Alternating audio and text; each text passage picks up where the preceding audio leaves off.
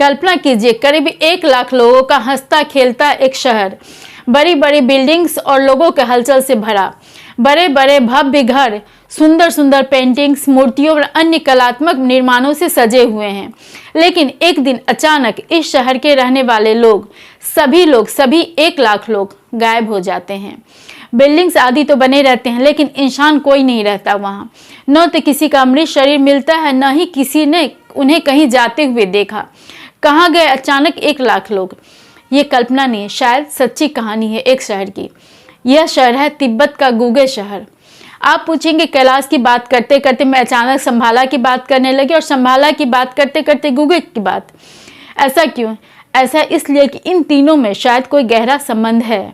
आज के वीडियो में हम बात करेंगे कि संभाला के बारे में शास्त्रों में क्या कहा गया है, इसका कैलाश से क्या कनेक्शन है, गूगे के लोगों के गायब होने से इस शहर का क्या कनेक्शन है। चलते हैं, सबसे पहले बात करते हैं कि इसके बारे में शास्त्रों में क्या कहा गया है। हिंदू और बौद्ध धर्म के कई प्राचीन और पवित्र ग्रंथों में एक रहस्यमयी नगर की चर्चा है। इस नगर को संभाला, संभलग्राम, ज्ञानगंज, कपापा, सिद्धाश्रम, संग्रीला इत्यादि नामों से भी पुकारा गया है। हिंदू ग्रंथों में भागवत, महाभारत, मत्स्य पुराण आदि कल्कि अवतार और संभाला का संकेत करते हैं। विष्णु पुराण में कल्कि अवतार की चर्चा करते हुए संभलग्राम नाम आता है। इसे संभाला ही माना जाता है। भागवत के 12वें खंड के दूसरे अध्याय का 18वां श्लोक भी संभलग्राम में कल्कि अवतार की बात करता है। बौद्ध धर्म की एक शाखा है वज्रयान। इसका ही एक संप्रदाय है कालचक्रयान। वज्रयान और कालचक्रयान बौद्ध धर्म की ऐसी शाखाएं हैं जो तंत्र, मंत्र और यंत्र में को विशेष महत्व देते हैं। इसे बोलचाल में तांत्रिक कहते हैं। इस संप्रदाय के ग्रंथों में इस रहस्यमय नगर की सबसे अधिक चर्चा है। वे इसे संभाला कहते हैं। उनके कुछ अनुष्ठानों और यंत्रों में भी संभाला की मान्यता को देखने को मिलता है। माना जाता है कि बौद्ध धर्म का उद्गम संभाला में ही हुआ है। कई लोग मानते हैं कि कालचक्र तंत्र नामक किताब में सांकेतिक रूप से पिरामिड और आयुर्वेद के कई रहस्य छिपे हुए हैं।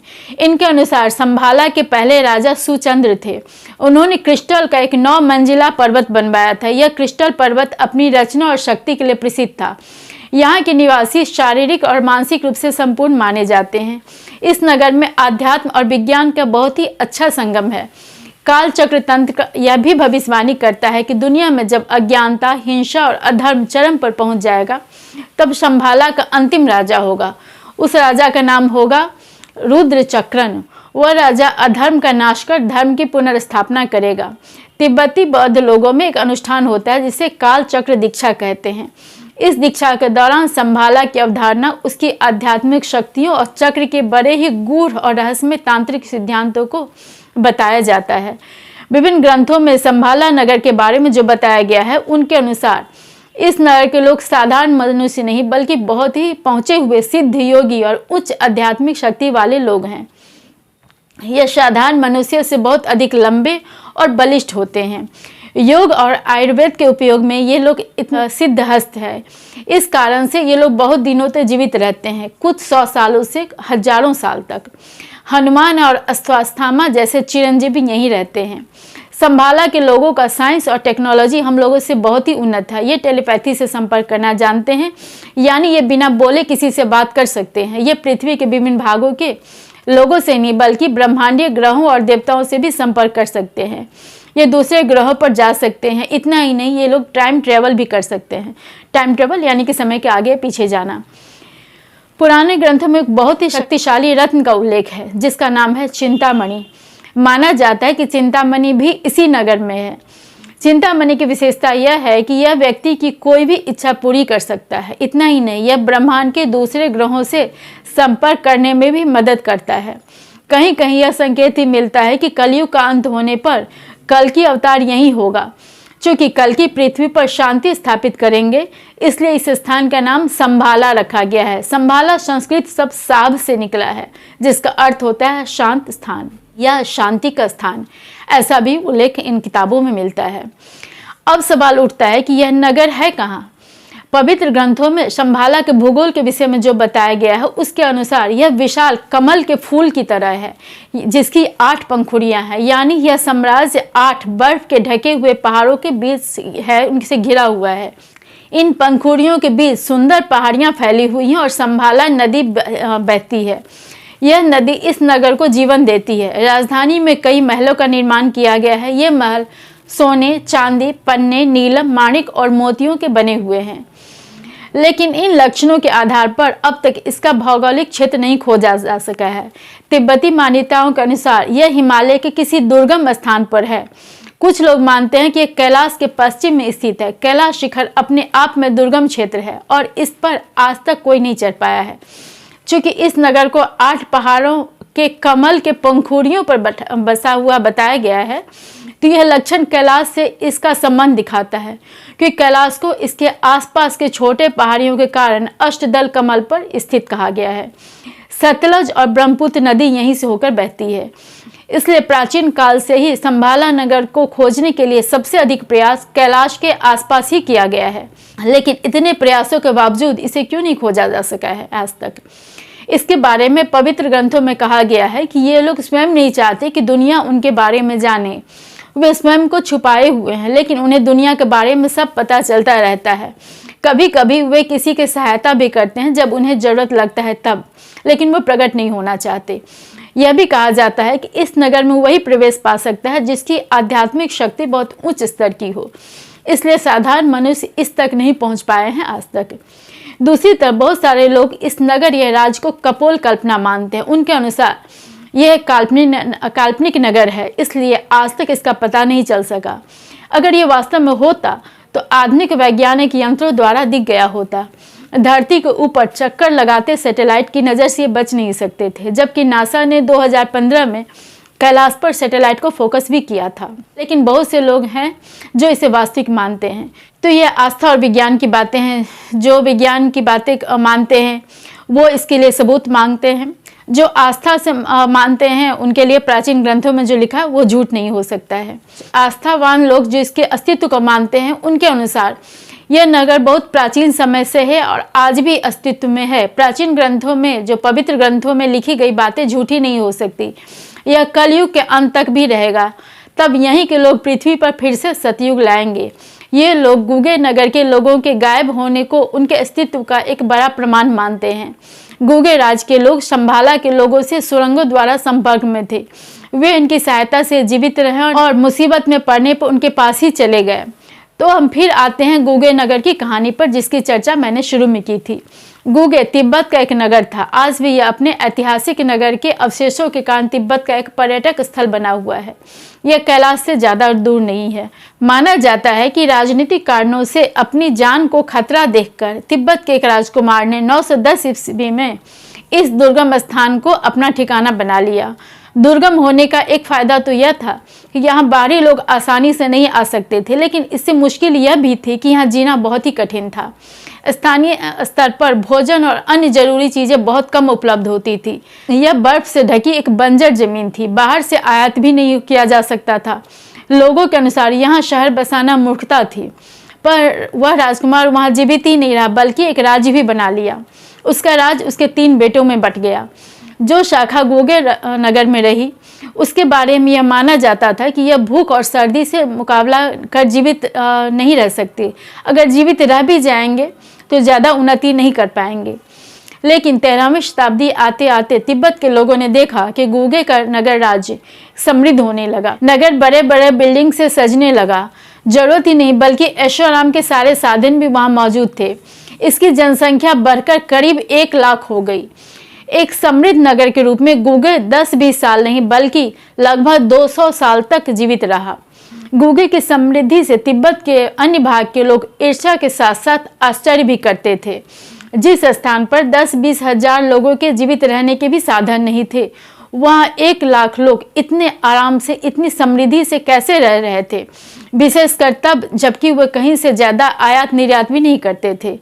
कई बार दूसरे राजा गुगे के राजा से उनकी जो राज की समृद्धि का जो राज था उसे पूछते थे। गुगे के राजा इसका क्रेडिट संभाला के लोगों को देता था, लेकिन उस संभाला के बारे में ज़्यादा कुछ नहीं बताता था। इसकी समृद्धि के कारण बहुत सारे लोग इसके दुश्मन भी थे। 15वीं शताब्दी में लद्दाख के राजा ने गुगे पर आक्रमण कर दिया।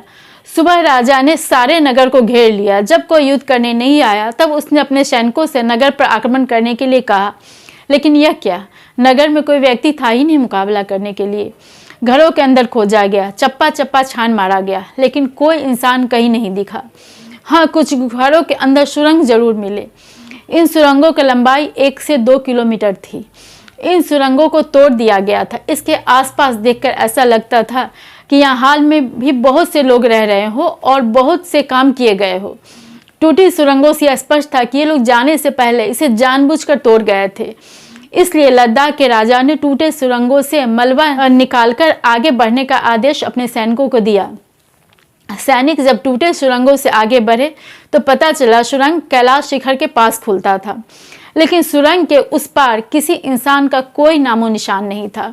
यह पता नहीं चल पाया कि यहाँ से वो लोग कहाँ गए। कोई रास्ता भी नहीं था। कुछ दिन रुकने के बाद वहाँ की कुछ बहुमूल्य कलाकृतियाँ और सामान लेकर लद्दाख का राजा लौट गया, लेकिन बिल्डिंग्स वहीं खड़ी रही। समय के साथ साथ बहुत से बिल्डिंग्स टूट गए या मिट्टी में दब गए, जो बाद में खुदाइयों में मिले। ऐसी जो एक पुरातात्विक खुदाई यहाँ 2013 में भी हुआ था, जिससे इस नहर का नक्शा और ज़्यादा क्लियर हुआ। यह कहानी लद्दाख के राजा और सैनिकों ने तिब्बत के लोगों को बताया। लोगों में दंत कथाओं के रूप में आज तक चली आ रही है। बहुत से लोग मानते हैं कि गूगे के लोगों को संभाला का सपोर्ट मिलता था। मुसीबत आने पर वे लोग भागकर वहीं चले गए, लेकिन इतिहासकार चूंकि संभाला के अस्तित्व को ही नहीं मानते हैं, इसलिए यहाँ के लोगों के गायब होने की थ्योरी को भी नहीं मानते। उनके अनुसार ये लोग आंतरिक झगड़े और बाहरी आक्रमण के कारण मार डाले गए। अभी तक ऑफिशियल थ्योरी यही है। टूरिस्ट और स्टूडेंट्स को यही बताया जाता है, विकिपीडिया भी यही कहता है। लेकिन कुछ इतिहासकार इस पर कुछ सवाल उठाते हैं। पहला कि यह कि आक्रमणकारी इतनी बड़ी संख्या में नहीं आए थे कि 1 लाख लोगों को रातों रात मार डालते। अगर मान लिया जाए कि एक रात में नहीं बल्कि कई दिनों में ये सब मारे गए होंगे, या केवल बाहरी आक्रमणकारियों द्वारा ही नहीं बल्कि अपने लोगों द्वारा भी मारे गए होंगे, फिर भी उनके शव या शव के अवशेष तो मिलना चाहिए था। बाकी दुनिया से ये एरिया बहुत कनेक्टेड नहीं था, इसलिए वहाँ की न्यूज़ लोगों को देर से मिलना संभव है, लेकिन इतनी लाशों का कोई अवशेष नहीं मिलना आश्चर्यजनक है।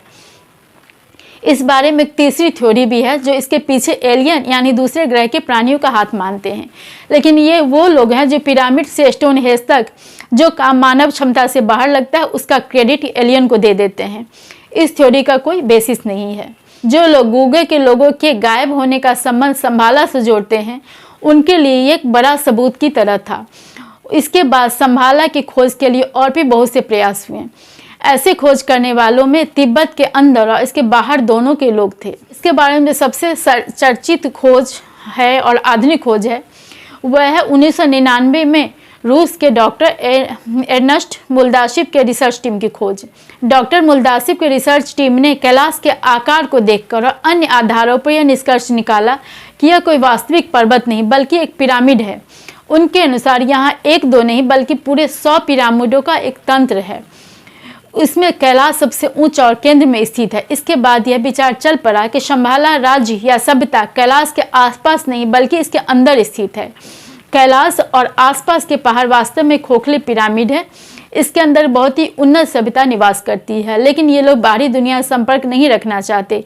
वे नहीं चाहते कि लोग उनके बारे में जाने, इसलिए उन्होंने अपने क्षेत्र की बनावट ऐसी रखी है इस पर कोई चढ़ नहीं सके, बाहर से कुछ नहीं दिखे। कैलाश के आसपास उन लोगों ने ऐसे इंतजाम किए हैं कि कोई बाहरी व्यक्ति वहां नहीं रह सकता। इसके आसपास जो जाता है वो बहुत जल्दी बूढ़ा होने लगता है, उसकी तबीयत खराब हो जाती है, वैज्ञानिक यंत्र काम करना बंद कर देते हैं, समय, दिशा और रास्तों के बारे में भ्रम होने लगता है। वास्तव में उन लोगों ने हिमालय के बर्फीले और दुर्गम चोटियों में अपने को इस तरह छिपा लिया है कि उनके बारे में पता चलना लगभग असंभव बन गया है। प्रमाण के रूप में यह तिब्बत के एक प्राचीन पवित्र किताब काल चक्रयान के एक नक्शे को प्रस्तुत करते हैं। इस नक्शे में दुनिया के कुछ पुराने शहरों को दिखाया गया है, जैसे बेबीलोन को। इसी में संभाला का नक्शा भी है। इस नक्शे को लगभग 2000 साल पुराना माना जाता है। 1920 में रूस के निकोलस रेरिक ने भी कैलाश और संभाला के लिए एक अभियान शुरू किया था। यह अभियान दल 1925 से 1928 तक इस क्षेत्र में रहा। रेरिक एक चित्रकार, लेखक और पुरातत्वविद थे। उन्होंने संभाला के बारे में 2 किताबों में लिखा है। पहला है संभाला in search of the new era. दूसरा है अल्ताई हिमालय ए ट्रेवल डायरी। उनकी खोज का उद्देश्य शंभाला के रहस्यों खोजने के साथ ही चिंतामणि के बारे में भी खोज करना था। अपनी किताब Shambhala in search of the new era में रेरिक लिखते हैं, 5 अगस्त 1927 का वह दिन जब मैंने आकाश में एक अंडाकार वस्तु को उड़ते देखा, मेरे जीवन का एक ऐसा पल था जिसने मेरे सभी संदेहों को दूर कर दिया।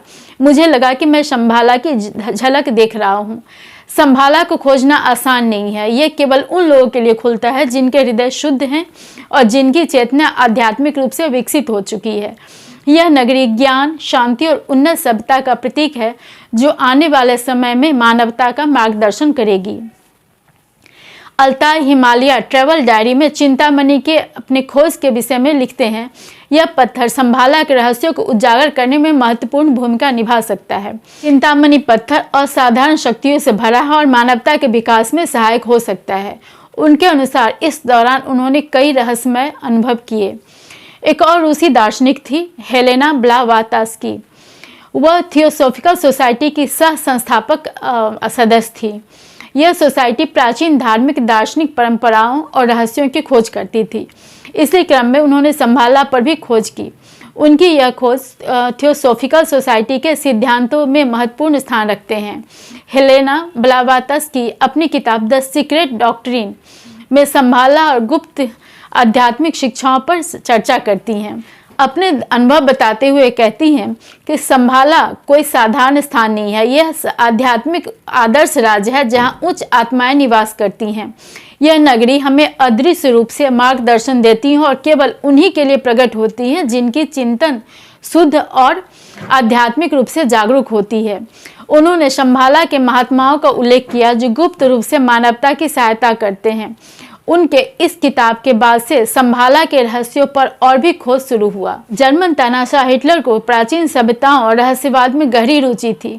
उसका सहयोगी हाइनरिच हिमलर का भी मानना था कि शंभाला और अघर जैसे पौराणिक जगहों पर प्राचीन तकनीकें और मानसिक शक्तियां छिपी है। नाजी मानते थे कि ये तकनीकें उनके प्रभुत्व को बढ़ावा देने में मददगार होंगी, इसलिए वे इसे खोजना चाहते थे। 1938 में हिटलर के नाजी शासन ने अर्ट शेफर के नेतृत्व में एक अभियान दल तिब्बत के लिए भेजा। आधिकारिक तौर पर इसका उद्देश्य था तिब्बत की संस्कृति, वनस्पति और भूगोल का अध्ययन करना, लेकिन इसका गुप्त उद्देश्य था शंभाला की खोज करना। पर इस अभियान दल का क्या हुआ, यह कभी दुनिया के सामने नहीं आ पाया। कुछ लोगों के अनुसार यह कभी शंभाला तक नहीं पहुंच पाए। अनेक अभियान किए लेकिन सब असफल रहे। कुछ के अनुसार भले ही ये शंभाला तक नहीं पहुंच सके, पर उनके बारे में कई गुप्त रहस्य पता किया। कुछ के अनुसार उन्होंने कुछ महत्वपूर्ण पता किया लेकिन इसे दुनिया से छिपाया।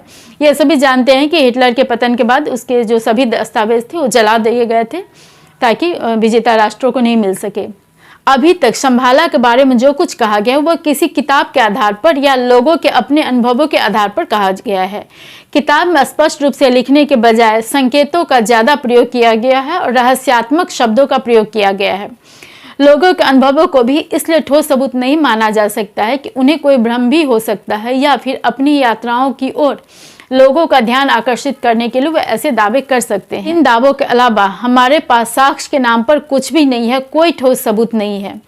हमने शुरू में गूगे के लोगों के गायब होने की जो बात की थी वह अभी तक रहस्य बना हुआ है, पर इसे शंभाला के होने के ठोस सबूत के रूप में नहीं माना जा सकता है।